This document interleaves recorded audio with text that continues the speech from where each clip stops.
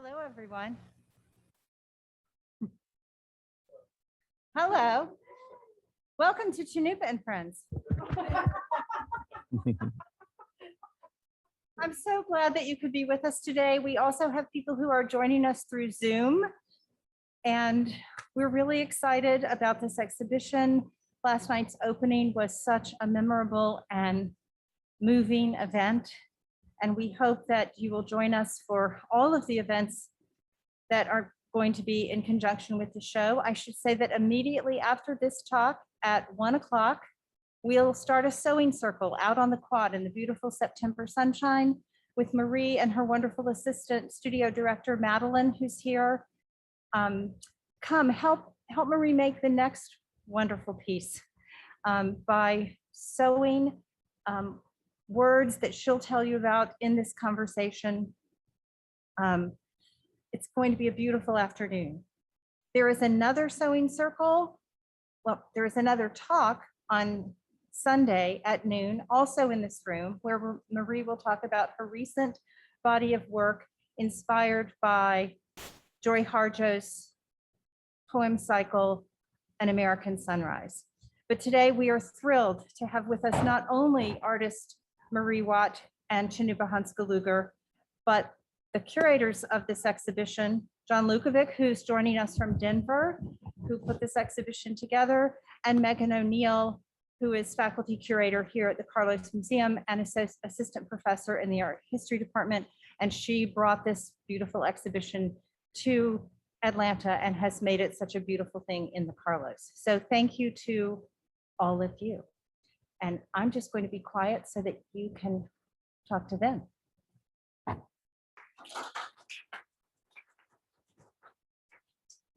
Am I on? Oh, wow, nice. Thank you so much, Elizabeth, for organizing all of these events. Is the volume good? So before we start, and I have a lot of questions, I have a feeling I won't get to them all. Are we sure? Is there a little feedback? Okay, let's wait a second. Welcome to Cannupa and Friends and Associates. I think it's when your mic is pointing towards Cannupa's mic.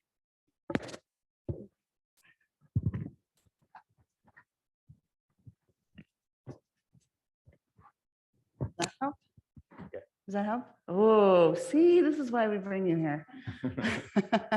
Okay, we're good. So before we start the conversation, I want to acknowledge that Emory University was founded in 1836 on the historic lands of the Muskogee Creek Nation, 15 years after the first Treaty of Indian Springs in 1821 dispossessed the Muskogee of land, including both Emory campus locations. I also want to acknowledge that Emory University's founders were slaveholders, and the Oxford campus was originally constructed by enslaved people. To these people and their descendants, I want to acknowledge the grave injustices inflicted on them and recognize the indelible mark of their labor on the university. And I also want to affirm my commitment to our work going forward to help Emory to address its past and its present. Sorry, as we move forward to a more inclusive future. But here I'm so excited to be speaking with Cannupa and Marie and John, and it's been an incredible experience to work with them over the past couple of years. I met John first at an opening in Minneapolis in 2019 and was like, I want to take your next show. And fortunately, and he told me then that it would be with Marie and Cannupa, and I was like, yep, we're doing it. I'll say yes, even before I ask permission for it, which was great. And it's amazing to see it here and to have you all here. So I want to start with just a question about, we know your artworks are made from action and collaboration. And one question, is the action over once it's made, or do you see the resulting pieces also inspiring action or collaboration? Marie.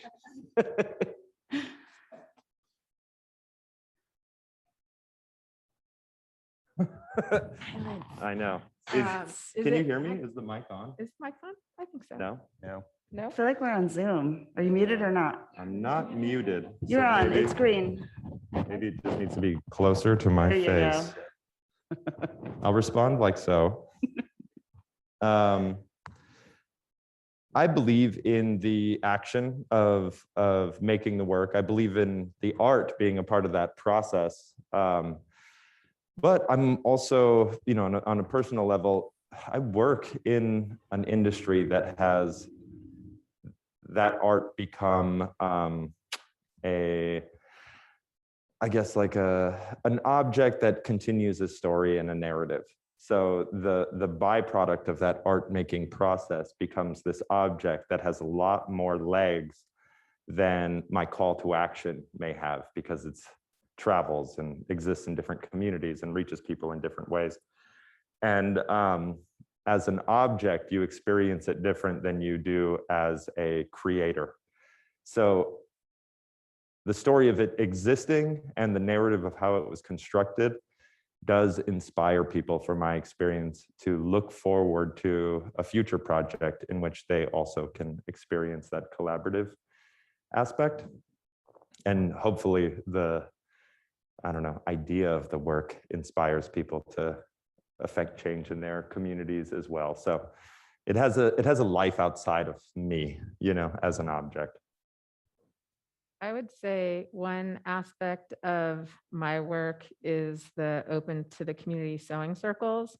And when we gather, I like to say that I set the table, and then what happens is created by everybody in that space. And the action is not really just embroidering the panels. The action is really like sitting down with neighbors and strangers and kind of working with one's hands with something as familiar as cloth. And one of the byproducts of setting that table is that stories tend to flow and new connections are made. And I really am interested in how they're cross-disciplinary and cross-cultural and intergenerational. And I feel like that's what's imprinted on the cloth and in those stitches. And so that is a part of the life of the object that another viewer might not see. But for me, really, these kind of engagements with community, it's more important than what might exist on a wall. And then I think that I hope with some of the materials that I use that people see their own stories in those materials, and that there is something else that continues to add meaning to those objects that's beyond the object itself. It's a longer conversation that connects us back in time and also into the future. Just, briefly to add to this, Cannupa, you mentioned last night how people who contributed towards something they were, what we're referring to as accomplices in them, in the making of it and the thinking of it. So there is that level of action. But then you said you don't necessarily immediately assign visitors to the museum as accomplices because they haven't done anything yet. So I like to think of the work as a mix of kinetic energy and potential energy, where when the action of art making is being done, that's the kinetic energy. But then when it comes into the exhibition, it becomes potential energy, where it can actually generate action, but it doesn't necessarily in and of itself. It actually takes interaction. Yeah, and I think a lot of the work that we produce in our own ways, but in this collective effort, also, like you were saying, that kinetic energy is recorded into those objects. So everything is made by hand, by many hands. And the closer you look at it, the more you recognize it's that touch, which is so different from the kind of manufactured world that we travel through by and large. And so there's also a record of our humanity in that as well. And it's that relationship between part and whole then. Yeah, and each other, like the shows. Yeah, and I have to say what you were saying before, you hope people will see it and want to make it. That's what I felt when I first saw both of your works. Like, I want to make some of these too. And as you see, like the tiny hands that have squeezed the clay or stitched the cloth, tiny and big hands. Too. Yeah. And it's interesting too, because those who participate in it have ownership of the work without having to possess it, which is so contrary to our present world. You know, your participation makes you a maker. You know, it's yours because it's your effort. And it's the effort of many. So that's just a completely different dynamic that kind of happens when you see these objects. And the artworks themselves become memories, and those memories are that's the value of it for people, is that it's a testament. You called it a document. You know, it is a document from that point in time, but that document can be read by others, and it could inspire others to then go out into the world and make change. So John, did you feel, and so John, of course, is the organizing curator of the exhibition, like your role in sort of explaining all of that, right? Which we get to benefit from the text that you wrote, adapting it for here. But, you know, how much do you leave the work to speak for itself, or how much do you explain of that, which, you know, as Marie said, like, I know the memories are there, but will a viewer see it or not in the museum? I think our intention was to talk about the context in which something was made, why it was made, and then ask people to look into the work, to see the hands, see the minds, see the thoughts and the experiences of the people who went into creating something, and then think of like, well, how were they connected to this? And to then kind of look you know, within themselves on, you know, what could they potentially do? How do they connect? How do they share something in common? So it's not so much about telling people anything. It's about presenting the information or like explaining the why something was created, not the what it means kind of thing. Because of that, to me, it's less teaching, and it's a more kind of creating a circumstance or an environment in which someone could have an experience. We're asking them to look more, right? Yeah, even if they don't know who made it, then to start trying to ask. So, so thinking about all those hands, I mean, what I find so interesting in looking at your work is sort of thinking about where you as an artist give up control of your work and the sort of happenstance or happy accidents, or just, you know, both of you were incredibly talented makers with incredible skills for ceramics, sewing, all of these other skills, and how, you know, all those years of training and refinement to do that, and then to give up the control over what your piece will eventually look like. And Kevin and I were talking this morning, like the trope of modern art, like, oh, my kid could do that, right? And for yours, like, you want the kids to do it. Yeah, we're like, right? prove it. Yeah. Introduce me to your kid. That's great. And so, I mean, can you talk a little bit about that? Like, was that, because it's both of you work that way, and was that a progression in your artistic practice? Was it something fundamental? Does it have anything to do with having kids and playing with them, with materials, or just what is it like to give up that control? No, I was playing with materials before my kids came along, so they're playing with me at this point. I think it's a relationship to material, and you know, this is also like kind of customary knowledge from, you know, my ancestors from time immemorial. It's like, do not think you're in control, you know? And I think all of the skills that I've kind of honed throughout my practice is built entirely out of adapting to change, you know? And so when you're interacting with certain materials, the material itself has agency, and to like kind of impose these like narratives of dominance and control over material, even if it's not subject to like a quote unquote idea of having life, the agency of the material itself still will interact with you. I mean, even if it's something as simple as like your sewing machine jamming or breaking, you know, or your clay exploding in the kiln, like there are factors at play that are so much greater than any of us. And to assume that we have any power over that is absurd. So the reason I have skills is because I've had to adapt, and it becomes a conversation with the material itself, you know? So there's a collaboration and a pact between yourself and the skills you've kind of acquired and the material.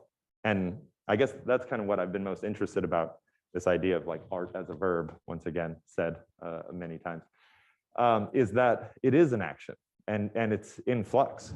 You know, it's not a noun. It's not something you can place on a pedestal. We do that, but that activity is a back and forth, and it's constantly changing, and it's the creation is perfect. You know, once it becomes a thing, it's subject to entropy and everything else, and it's from that moment of creation, it's slowly falling apart. You know, I don't know. So yes. I would echo a lot of what Cannupa has said, and I'm really interested in how, in the sewing circles, for example, I feel like I get to be in the position always of being a teacher and a learner, and I learn so much from the people that I'm in conversation with, but also from people's stitches. And I think that some of our youngest participants, who might be as young as 2, their stitches start to look like constellations. And so I always want to honor those stitches. And so what happens in the studio is just tacking things down so they stay as they are. But I think that I feel fortunate to be in this conversation where it's learning from different makers and then creating something that becomes bigger than the sum of its parts. But then that contribution is there, and it belongs to somebody really specific too. So that's one of the things that I see in regards to materials. Yeah, and I mean, that's so interesting, the way that sort of Cannupa's thinking about responding to the materials like clay, that, you know, as you squeeze it or knead it, it's going to push back at you, or it's going to get dry, or you have to work with it. And the same way that a used blanket from a thrift store that's gifted, it's going to have its own qualities as well as its own memory and agency, or then what you get from the people in the sewing circle, or who mail their beads in or their bandanas in. Like, how do you then work with that, like negotiation with those materials of different kinds? Yeah, that's really interesting. I'm learning so much from you guys. Love it. We're associates. So Don, can you talk a little bit about, so it was your idea to fuse Marie and Cannupa's work into the show, so essentially creating a new context for their work, or maybe I'm getting that wrong, right? And so like, how does that blur the line between curator and collaborator? And so imagining a show of like this kind of an artwork, so how far can that go? Well, I mean, it's yes, I mean, curators, I think, are always collaborators to some degree or another. Sometimes they wind up doing more, but they're still using the work of others in the work that they do. In this particular case, when it came to creating the exhibition, I wanted to do something I'd never done before. I wanted to work with, like, obviously in this case, 2 artists. I wanted to commission new work for the space that was made specifically for the exhibition, that going into it, we didn't know what it was going to be. Mostly because, like, to me, that's like intellectually stimulating. It's like, it's interesting to me to experiment, and not that Marie and Cannupa are experiments, because they're very proven in what they do. But, you know, it's in thinking about their work, you know, we've talked a lot about this and how, like, you know, collaboration is so key to their work, but they did it so differently.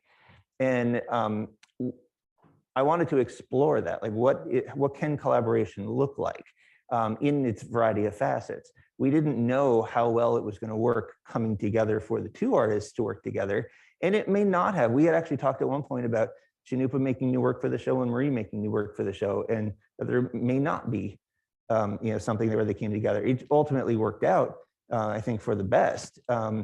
But we were very open to the process and just letting the process go and adapting to it as things changed. And boy, did they change during the pandemic. We had to be very agile with the all of that work. But again, while yes, I am part of this, it goes back to your other question about relinquishing control, because we basically presented a budget and said, what do you want to do? And they said, well, we want to do this. We need twice the money, but we want to do this. And so, but we made it happen because it was like a really compelling project and it needed to be done. So in some ways I was a facilitator. In some ways I was, just helped to start that conversation. Kind of like I was setting the table for something to happen, just like Marie and Cannupa were doing their own work. So why don't we talk about that work that you all created together and the wonderful Each Other She-Wolf. Do you want to talk about how that came about? Like, is this what you originally envisioned, or was it something else? How did it change? I think, as John said, the project really evolved when the pandemic sort of put the brakes on gathering and what was going to be possible in regards to an interactive exhibition. I mean, I think that originally the idea was that there would be a lot of elements that people could touch and participate in, and that had to be dramatically reframed. And so there was a lot of talking, and then certain things fell into place. A bandana wolf. No. No, it's true. We had, I think first, as people are joining us online and you in the audience, something that we maybe didn't clarify from your experience is the processes of which we do collaboration are varied. And both of our models are quite different. Yeah. Marie likes to have that interaction with people, that close proximity, that stitching and that story building that happens in there. And my primary model of collaborative work uses social media as another medium. And so I ask people to participate without having to gather. Oftentimes, actually interacting with institutions is where the opportunity for gathered creation happens. And so I did a project here for the bead piece that's in the exhibition, and asked people to help me make beads here at Emory. And it was really interesting, that kind of like intersection, because whenever I have people gather to do work with me, it changes the dynamic of my original intention. My original intention is I'm going to create a prompt for you to participate in making something. And I'm going to simplify it. I'm going to make it as easy as possible. I'm going to tell you why. And I'm going to do it with a video that's only like a minute long, so it can exist on social media and move throughout that network. And that, as COVID came in, originally we were going to do a lot more kind of Marie's model of social engagement with the gathering, with the storytelling, because there's something incredibly valuable in the collective making of work. So there was a moment of like tying on felted tufts onto the thing and having the community come in and do this. It's going to be like a tent and a storytelling space where people could gather, and all of that was not possible. Like, we were going to supply the fabric. Yeah. So then we had to think of like, oh, this has to change. Yeah, totally. And so due to those impossible things that are out of control, you adapt, and so we created a video using my model of participation, which actually it worked great in a pandemic, and that's where the bandana even came from, like as a symbol of self-protection, as a symbol of identity protection during a time of civil unrest, as well as a health risk. The bandana seemed to be an object that would probably be found in everybody's home without having them to go anywhere in order to participate in this exhibition. And even the ask of embroidery, we're like, you could use yarn, you could use dental floss, you could use whatever you have in your house, to participate, and just tell us how you're doing, do it with words, do it with pictures. And we did all of that with a voiceless video on how to kind of collaborate, and put that out on social media, and then plugged it through like Zoom things and other projects that we were doing, with the help of all of these communities that wanted to exhibit the work. And so the amount of bandanas that came in from that became the material that we had to got to work with. That was the social exchange. Yeah. And then we were really lucky because Cannupa had been an artist in resident with this organization based in Portland, Oregon called C3. It's now called Stello.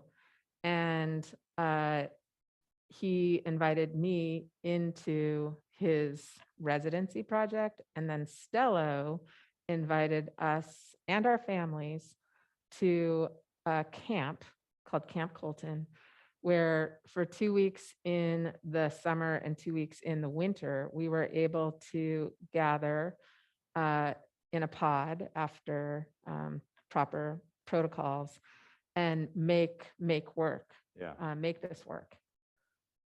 And so that was also really an incredible gift of time. And I think that really collaborating would have been so much different if I went to Cannupa's space in New Mexico, or if he came to my studio in Portland. I think it just was this neutral ground, and it really allowed us to get to know one another and I don't know, make something together. Yeah. Which I think that Nothing was there that was our stuff, so we were never like, don't touch my stuff. Could you just sit here and we'll work together? Yeah, that neutral kind of engagement space I think was huge. And Marie and I had never worked together, even though we have this process of collaboration, working with community, all of this sort of stuff. We have never done anything together. So it was I think that was the best kind of opportunity to really get to know Marie even, and have our families all around as an extension of our own personal identity and immediate community. Yeah, and there's so few family residencies, and this really kind of became the gold standard. It was really quite amazing, but also for our children who had been in isolation due to the pandemic, it was a gift of time for them to be in the woods and to be able to just gather and laugh with other children and bond. It was amazing. Yeah, and if you all haven't seen the video yet, either online, it's available online, or in the gallery of their kids sort of doing these silly dances or standing on their heads or chickens walking by, you can really get a sense of that just wonderful context in which you're working together.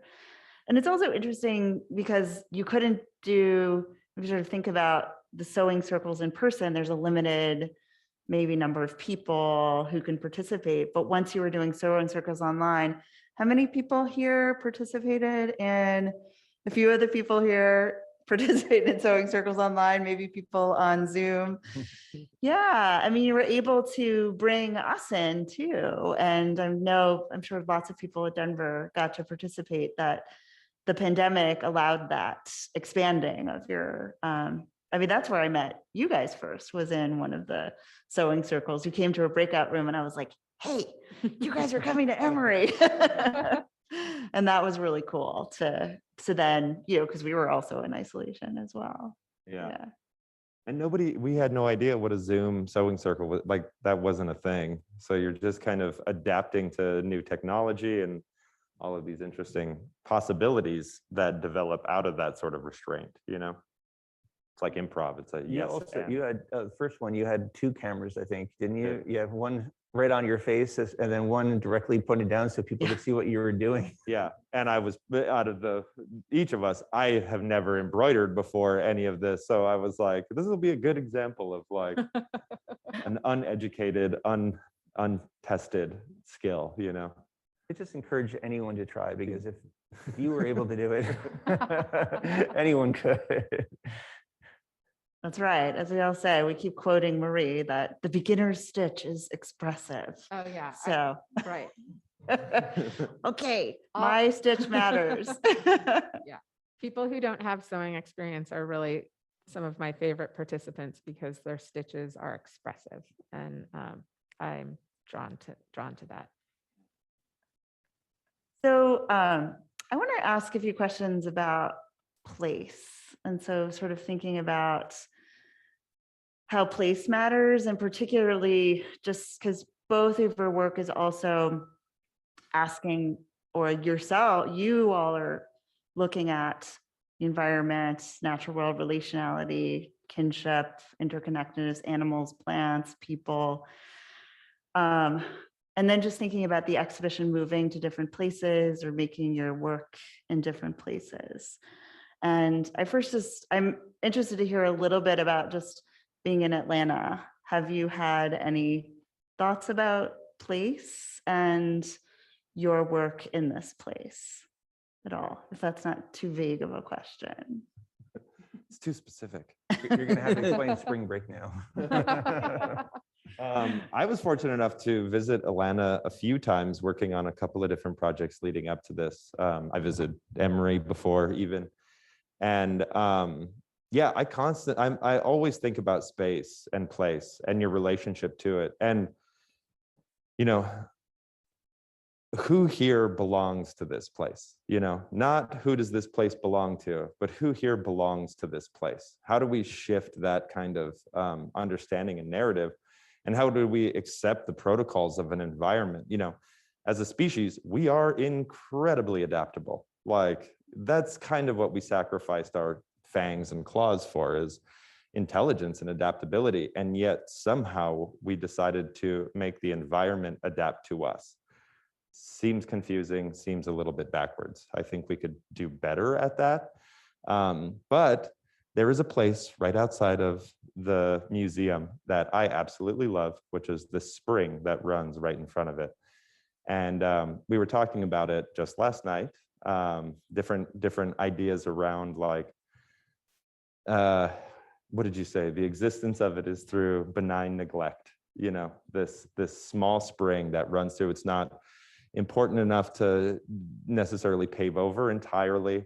The ground remains soft enough that it's hard to develop. We can throw a couple of bridges and just let it be, you know, a spring.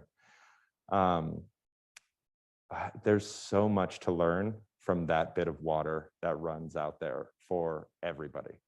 You're on a campus of higher education, and right outside is probably one of the original teachers about one of our most important lessons, which is sharing. And that's what water can teach us and does teach us. It's just, how do you acknowledge and recognize that? That water that's flowing through there, we will receive. It will flow through us. It will flow out of us. It will go into the air. It will go into the trees. It is a lesson about, you don't get to own it ever. It's not yours. It is ours, and we belong to it. It has more control over our existence than we do over its, and yet we make it, we try to force it to flow through different areas. We try to make it do all of these sorts of things. And that's good and fine on a human scale, but I can guarantee you the water wins. You know, it is slowly disintegrating and tearing apart every bit of infrastructure we've restricted it into, including us. We do not survive, but the water does. So it's interesting thinking about place and duration and time and all of that sort of kind of angle, you know, and then our participation in that. So I don't know, that's what I've been thinking about in response to place. And also, I go down there and I smoke cigarettes. Like, that's how I found that place. You know, for me, like, that seemed like a safe place for me to participate in something that is, you know, eventually going to kill me, like everything else in the world, but also a place of like self-care and isolation. You know, I'm put in a very public position, and I need to run away and hide most of the time. That's why I chose to be an artist, you know? So my addiction is tied mostly to my desire to be left alone for a little bit. And so I build a cloud of toxicity around me and get to be alone, you know? And that art piece that takes me down there, the spring itself, the squirrel that's like insulted by my being there, the wetness, the dampness, the leaves, the smell of rotting leaves on the ground, like all of that still is right here, just like 25 steps away from the world we're in. It still exists, you know? So I don't know, I like that personally. I agree with your reflection on spring break That's what I've been and calling its it. importance to this place, and just thinking about the water beneath our feet, right? Also thinking about place, one of the things I really enjoy doing in my practice is kind of making work is responsive to place, and or like I enjoy coming back to place. And I think it's one of the reasons why I've really enjoyed working with John and the Denver Art Museum, but just communities in general. I don't want to be a person who comes in and leaves. Like, I love learning about the place. I love learning about who is original to this place and what the history of a place is. I think that's really important. I feel like there's so much to learn about the history of this place, which is Georgia and Emory. And so I'm just becoming introduced to it. And I think the thing that's nice, or what I most perhaps enjoy about my practice as an artist, is like coming back and reconnecting with people that I've met in past experiences, and then making new friends and seeing how community grows and changes and evolves in place. And like one thing though that I was thinking about with the each other she-wolf in particular is that one of the things that makes it such a kind of extraordinary piece in my mind is that there's almost 800 bandanas, and each one is connected to an individual person, and they touched it, and it's an extension of their body, and it's like an extension of their voice, or like those marks are a cadence of who they are and of how they speak. And I think that piece also allows me to think of place in a global way, right? Because these bandanas came from all over the world, all over the United States, and they're creating this pelt that we share in common and that connects us.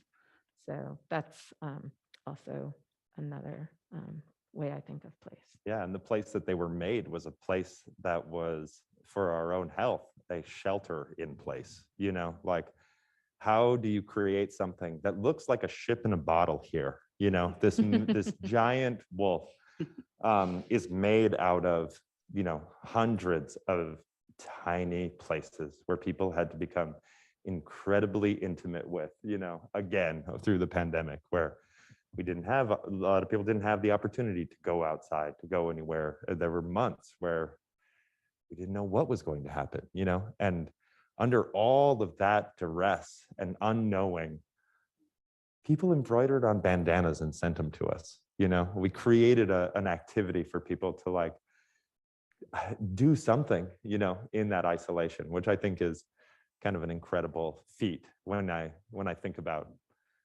the place in which this thing was built, you know, was incredibly difficult. And I'm happy that we got to kind of facilitate an activity in all of that, because there were days, even myself, where I was like, I've walked this 15 feet probably 1,000 times over and over. It felt like, you know, Bill Murray in Groundhog Day for a few days there, where it's like doing the same thing over again. And that was like in my home with my family, you know, like the community that I care the most about.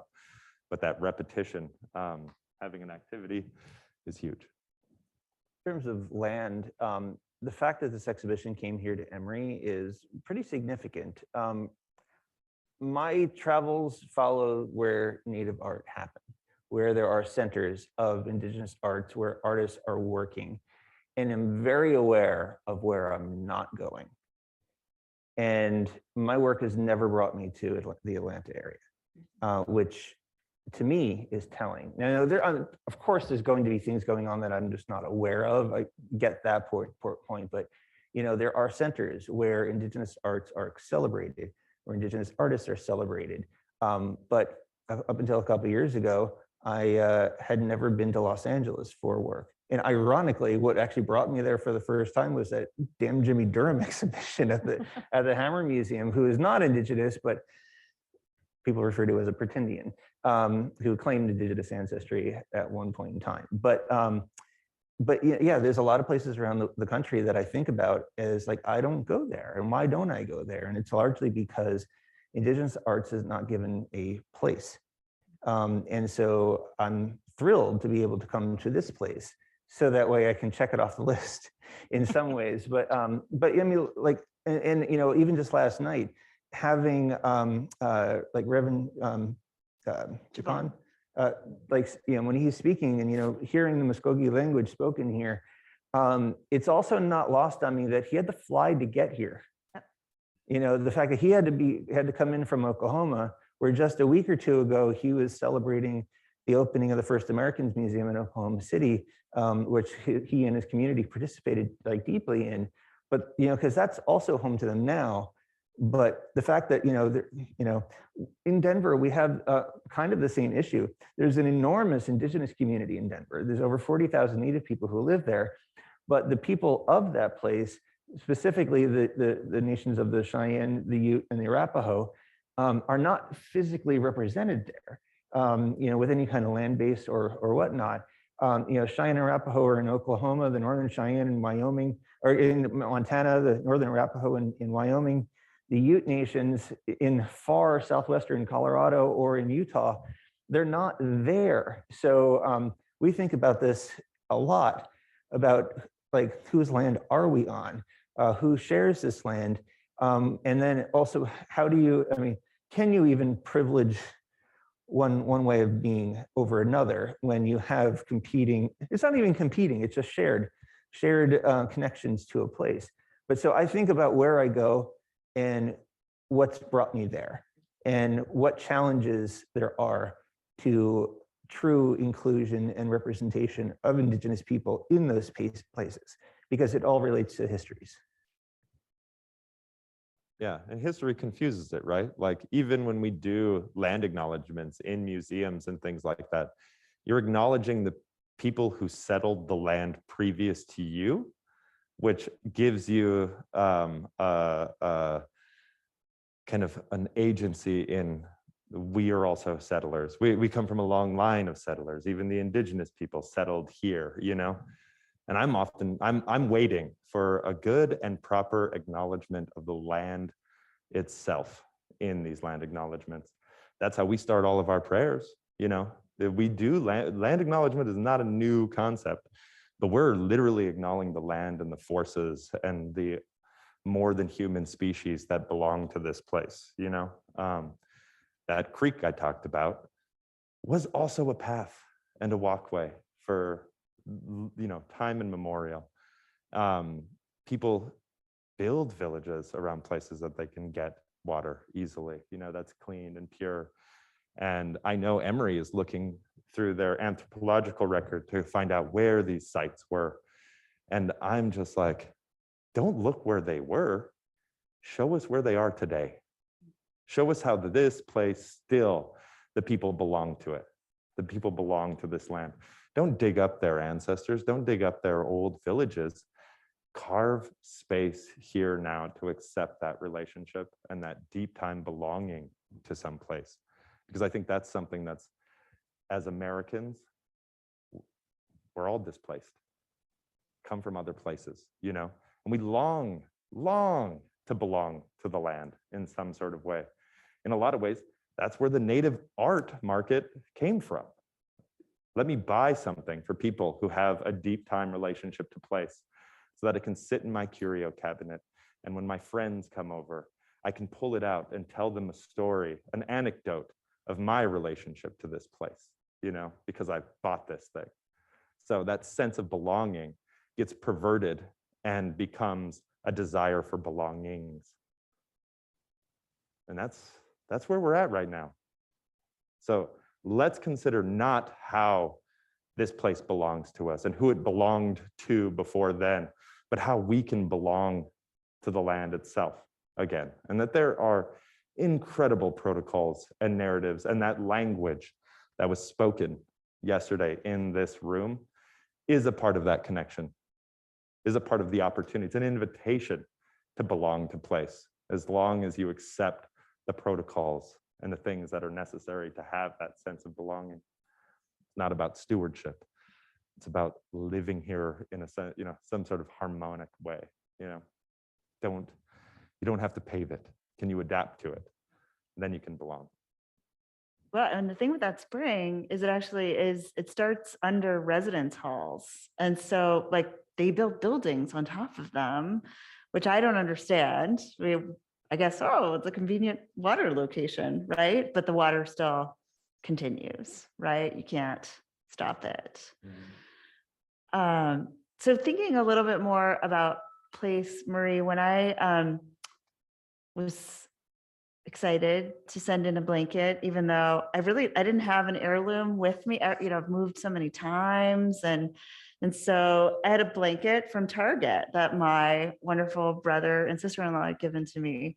But it's still, even though I hadn't made it, it still carried those memories, and so sent it for the new Blanket Stories column, and then got your print back and your description of what this meant to you, and then where you're quoting Joy Harjo, Citizen of the Muscogee Nation, and felt like she's also, Marie, you're also speaking to our place, right?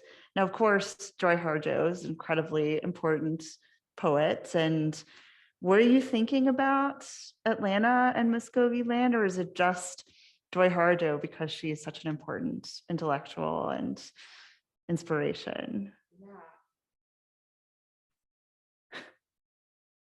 I had been actually engaging with Joy's poetry for the last couple of years. So I think that was a little bit coincidental. For a while now, I've been really thinking about different ideas about being companion species. And part of it grows out of the Seneca and Haudenosaunee creation story about Sky Woman and animals being our first teachers, and what is it to be related to an animals. I'm from the Turtle Clan. And what if we all considered ourselves as really related to animals? And then like, how does that also include the environment? And around that time, I was thinking also a lot about the word mother. And then I heard this song by Marvin Gaye on the radio, What's Going On? And the very first two words is mother, mother.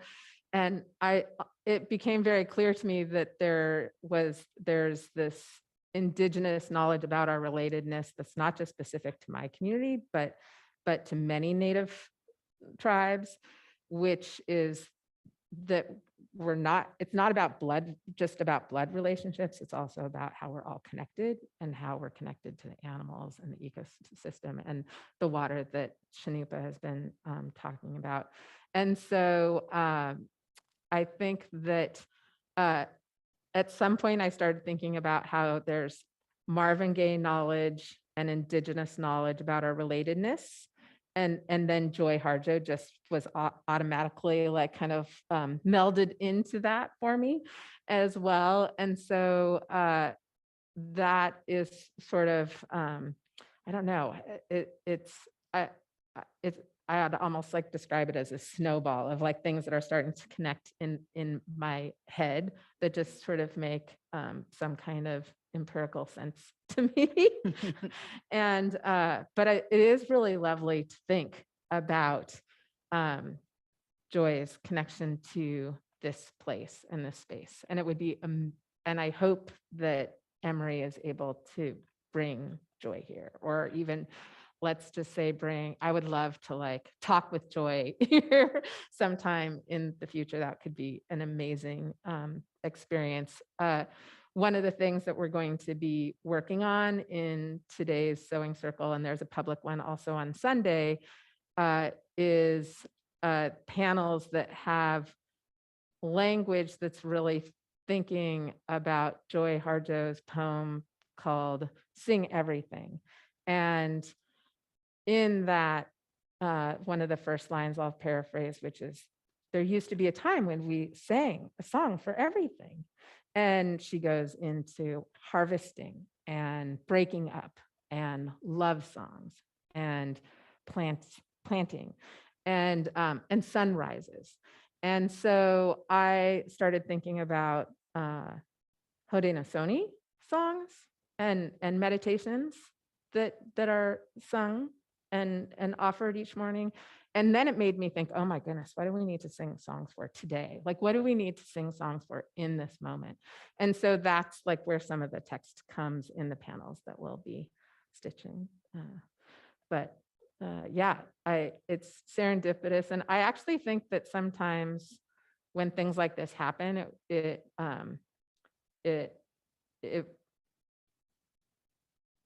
was something when Cannupa talks about listening to the materials, like I think that there's something out there that allowed for all of this to come together.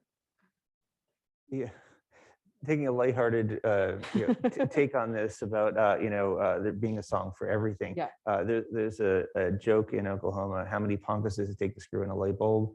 7, 1 to screw in the light bulb, and 6 to sing the screwing in the light bulb song. But it gets back to this, it's a fairly widespread Indigenous idea of that action is ceremony, and how, there's tattooing ceremonies where there's songs that go along with that. There are, harvesting ceremonies, there's planting ceremonies and songs that go along with it. That everything is ceremony. And if you think about that, then your actions become sacred. And when your actions are sacred, you need to behold yourself in a certain way. And so I think that's a really interesting way to, bring this kind of together, is thinking about everything that we're doing is ultimately, hopefully it leads to something else. Yeah. And it was wonderful to have our exhibition get opened by a song that Siobhan sang, where he said, my son usually sings this, but I'll do it. It was really wonderful to have him sing us into this exhibition. I'm mindful of our time because we should begin sewing very soon, but I want to see if anyone in the audience or on Zoom has a question, so I'm not monopolizing the questions.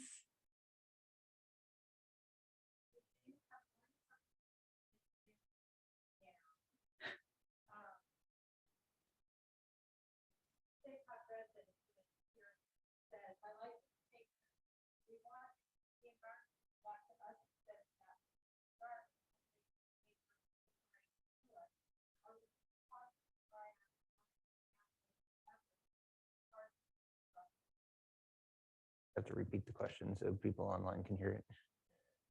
Yeah, are we being cautioned now by our environment because of our participation in her destruction? I think we're being cautioned not by her destruction, but that we're staining our seat on the bus.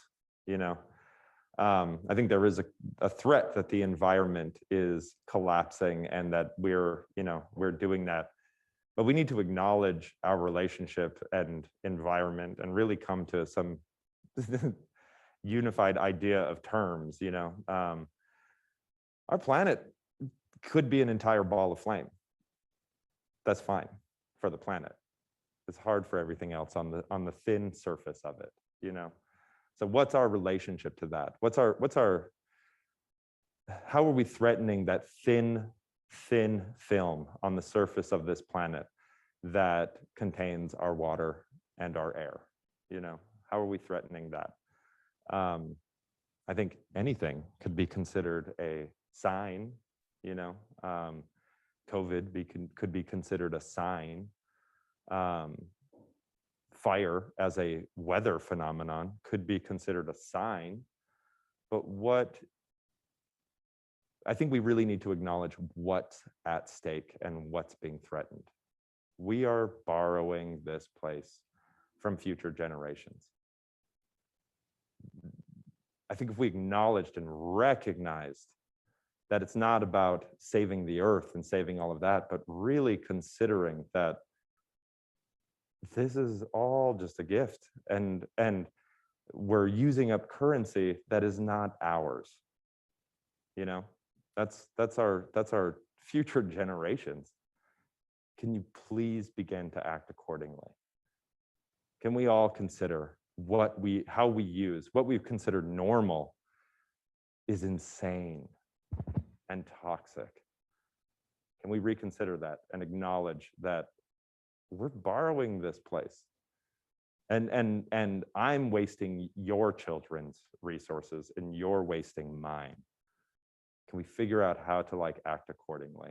You know. So tying this to the exhibition, in one of the rooms, there are 4 sculptural figures. There is a work called "This Is Not a Snake," which is a snake-ish, pipeline-ish kind of entity.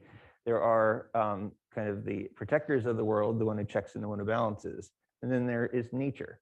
And so the scene that is created is the one who checks and the one who balances is protecting nature by holding back this imposing, you know, violent, you know, being of some sort, which again, read into it pretty easily what is referring to. But Cannupa, you had mentioned to me that while they are trying to protect nature, nature is going to be just fine.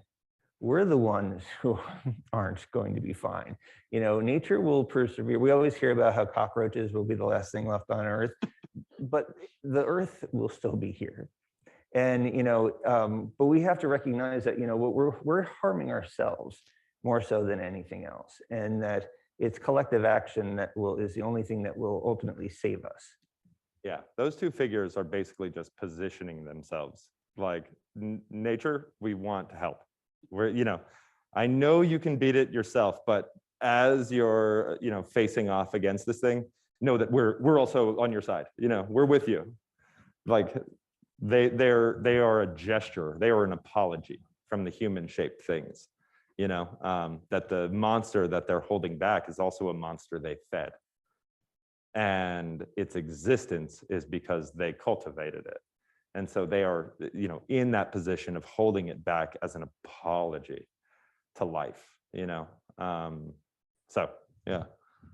Well, it's also interesting is those works are also incredibly detailed, and you want to really look at it, look at them, look at the glazing on the surface and the crackling and the beadwork, and how that then positions you to participate as well. I mean, it's also interesting, in our exhibition, this is we're okay, we've created a pinch point where people want to stop, they need to stop. And then what happens with the flow of traffic, right? But how does that actually become a way for us all to think even more about our role as community members in that relationship, as well as we sort of have to push our way through or sort of negotiate getting by. The exhibit itself places you as the viewer in the middle of that conflict, you know. So what side do you stand on? You know, where do you position yourself? Yeah. We have another question from Laura Wiley, who's on Zoom, who wants to know about your mentors, Cannupa and Marie. Who were your mentors? And the second part of her question is, what was the impetus for you to want to reach out and work with community rather than working as a solitary artist?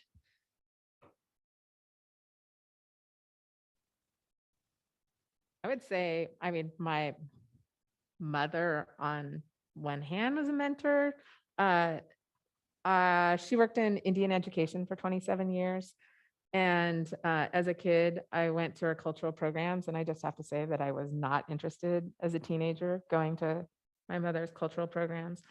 And this was in the urban Indian community in the Pacific Northwest. The students and families she was working with, like ours, were people who are ways away sometimes from their communities, children who had been adopted into non-native families prior to the Indian Child Welfare Act.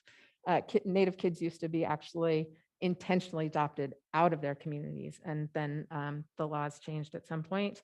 And then relocation policies that also pushed Indigenous people off of their traditional lands into urban settings, and then people found themselves without their community, and other sort of traumatic cultural experiences that, again,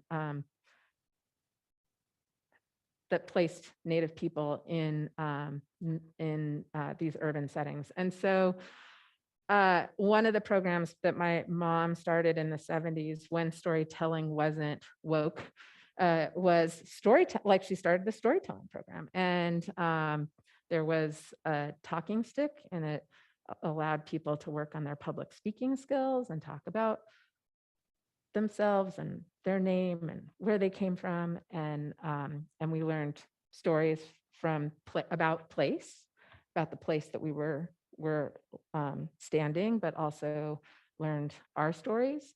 And it wasn't until, I don't know, like after graduate school, I think that it's not something that I selected to, like, chose to do. It's just this natural evolution, learning that, like, what I was drawn to in stitching things, I'm a horrible sewer, and I don't know the vocabulary to a lot of embroidery terms, but what I'm drawn to is what happens when you're in conversation with other people, and how that becomes, and like how that makes me understand myself in relationship to place and community.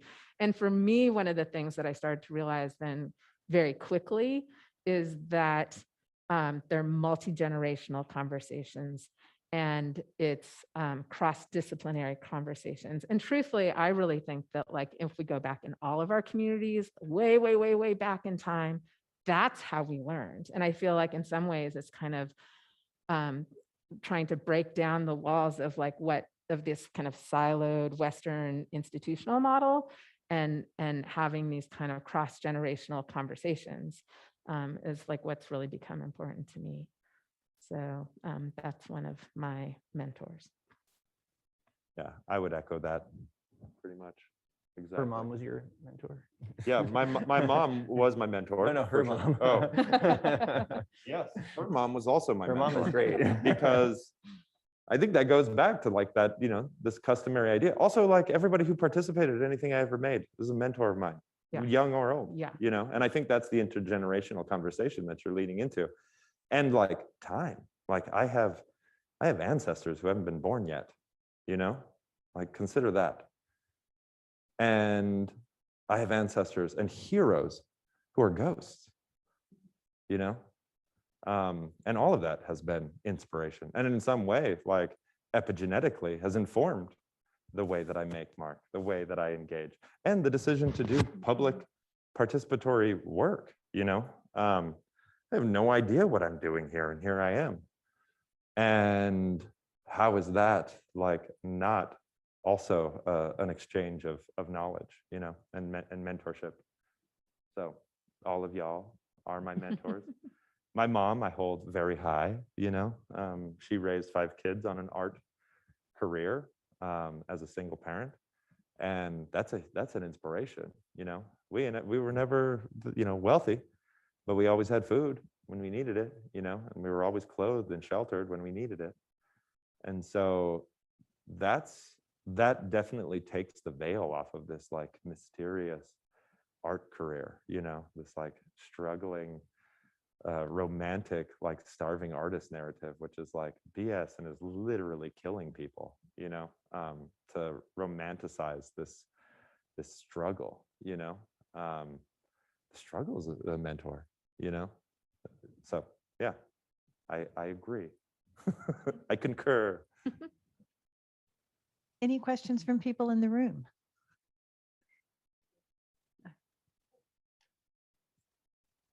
Thank you, Elizabeth.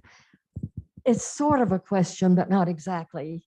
I find myself thinking about, as all of you are talking about, how we can connect what you're saying and feeling and doing to what's going on in Washington, D.C. right now. And I find myself wishing that Marie were asking the members of the House and the Senate to embroider on kerchiefs. And I find myself wishing the mirror shields were there in front of Cinema and Mansion and the others. So I was just trying to think in the moment of what you're doing, which I think is I love it, but how we can connect that to what's going on. Yeah, these were public asks. In this moment. The senators had every right to participate and did not. And that's true for Okay. everybody else in this room. Okay. You know, these were public asks. But I think that's the model, you know. Yeah. What can we do? Do something. Do something. There is so much resource and knowledge that can shift and change our present. And, you know, more often than not, we're like, well, yeah, I could access this incredible source of knowledge that is at my fingertips, or I could just fuck off and not, you know, which is terrifying. So, and to like put that on our shoulders to figure, like, we're doing the best we can. What are you doing? Show me how you're going to make a difference. Show me what we can do, you know, and I'll participate. I like participatory projects, you know? Me too. Yeah. So, I mean, that's once again, that agency and shifting, like, do not look to us for your, you know, route to fix and repair things. Show people what you can do, you know, and not just you, but you also, you know, out there in the digital realm, everybody, you know. I also would just add, I think art should be used for more diplomacy. I think art, it does create diplomacy. I think that, and I think we live in a country that does not really value arts equally to other areas of learning. And it's not to say that it's kind of a, I don't know. Somebody else want to pick up that thread. Yeah. But I just think that, I think it's really important, and I think it's underutilized as a tool for diplomacy.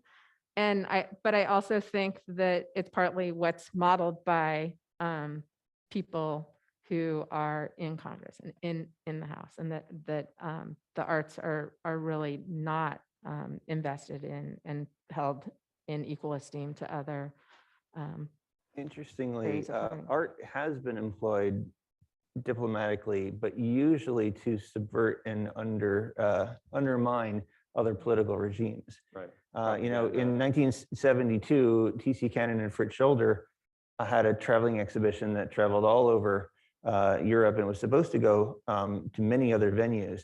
Scholder wound up stopping the exhibition because he found out that the government was using it to try to subvert you know, communist countries and a variety of other political issues. But what a lot of the delegates who or the ambassadors who helped to support the exhibition didn't realize is that the work itself was also very self-critical of the US government.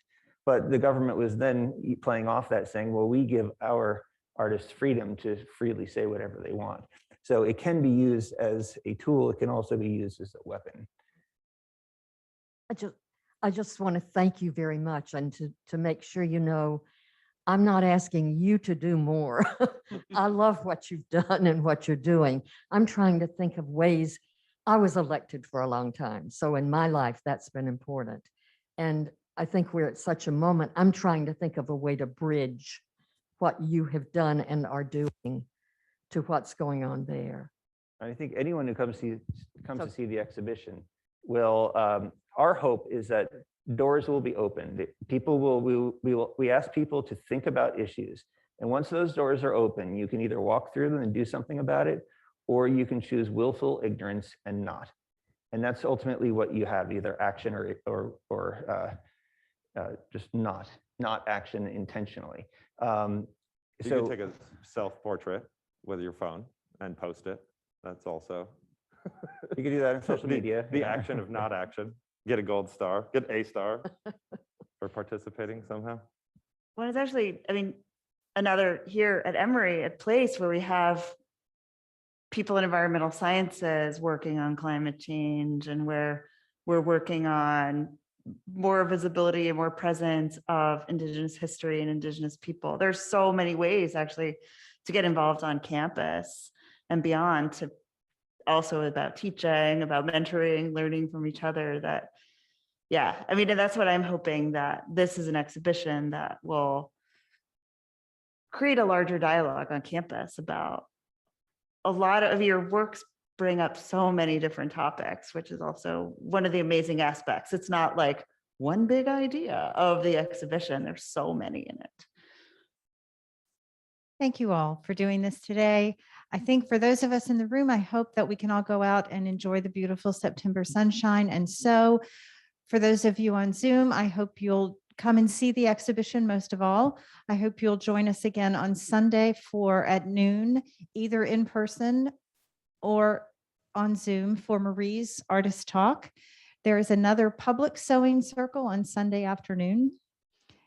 And so thank you very much for being with us today. Oh, Can I also just mention, next week is a symposium, a huge symposium at Emory called the In the Wake of Slavery and Dispossession, Emory, Racism and the Path Journey, something towards restorative justice. So come to that and continue to participate in these important conversations. Sorry, I didn't mean to interrupt you. that's okay.